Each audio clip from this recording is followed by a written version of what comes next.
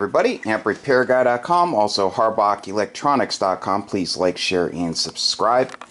So we have an Ameritron Al80 that had come in, and the customer ended up buying a TL922, and he gave me this as a partial trade towards the Kenwood amp. So I had put this up for sale, and I basically sold it for what a new tube cost and my labor to go through it and parts. So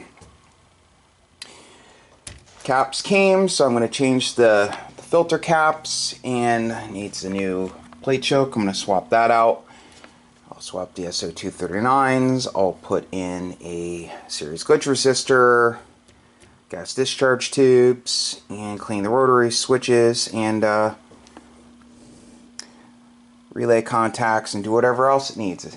And okay, so I always use Chemet caps in these. Rate caps, so brand new ones from Mauser. I was waiting on those. I also put in diodes to protect the meter, reverse connected across the meter because the meter is good. And I also have to put in new meter lamps because the meter lamps are out. Okay, so I'm going to get to work, and it's going to be a really hot day, so I'm going to try to get through this because I don't have AC down in this area yet, so I will cook. So stay tuned. Please like, share, and subscribe. And this one has 10 meters added. Okay, so I'll see you soon. See you soon. Stay tuned. I pulled the caps out. I pulled the old bleeder / equalization resistors out. You can see at the bottom here. Clean it up a bit. I started installing the new bleeder / equalization resistors, higher quality resistors. You always change the resistors when you change caps. When you have a string of caps, the resistors, put a load across each cap and make sure the voltage is equal across each cap in the string. Okay, so I'm going to get back to work. See you guys soon. Stay tuned. Back. All the caps are installed. Resistors are installed. I turned it on. I always quadruple check everything first. Okay, so I used a couple solid leads, and the others are Teflon jacketed with silver plated stranded center conductors. So you always want to make sure you have the equalization resistor across each capacitor. I had to drill a couple holes to relocate 2 of the caps.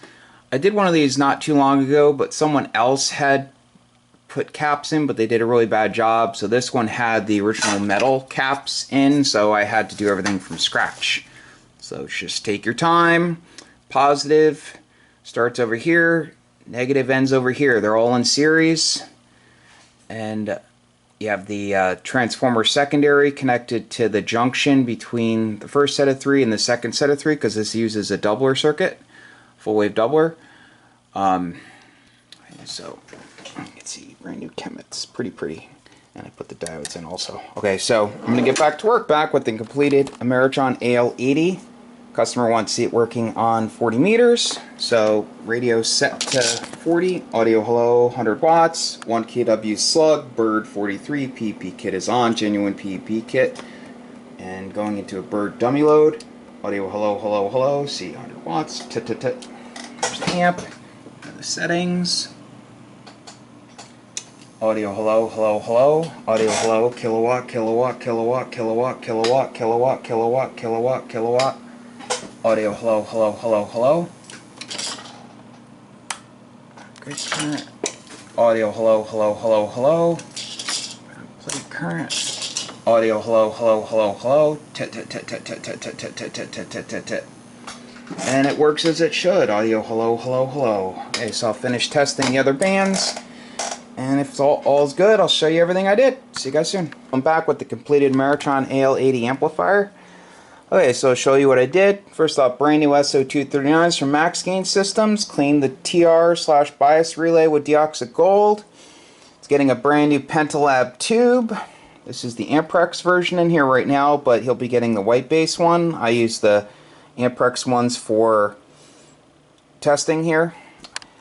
Okay, so added the gas discharge tubes, 1 per side of the filament. Added the series glitch resistor. Changed the plate choke. I reused this plate blocking caps here.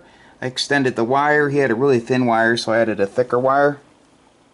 The 10 meter wire here, the tap for the tap, Going to the band switch, popped right off, so I replaced it, soldered it real nice. Brand new Chemet caps, brand new 100K resistors, proper size fuse,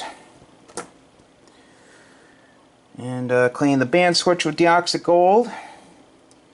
Tighten up on hardware, fix solder joints, and that's about it. Oh yeah, the meter protection diodes and brand new meter lamps, also LEDs. So this thing is good to go. If you need an amp repaired, feel free to give me a call. Phone number is 203-892-4119. If you meet all the criteria listed on amprepairguy.com under pack and ship info, you can just go ahead and send the amp in. Just send me a text message with the tracking numbers. So thanks for watching. It's really hot out today, so I'm going to kick back and relax after I put this on YouTube, and lots more to do tomorrow. So thanks for watching.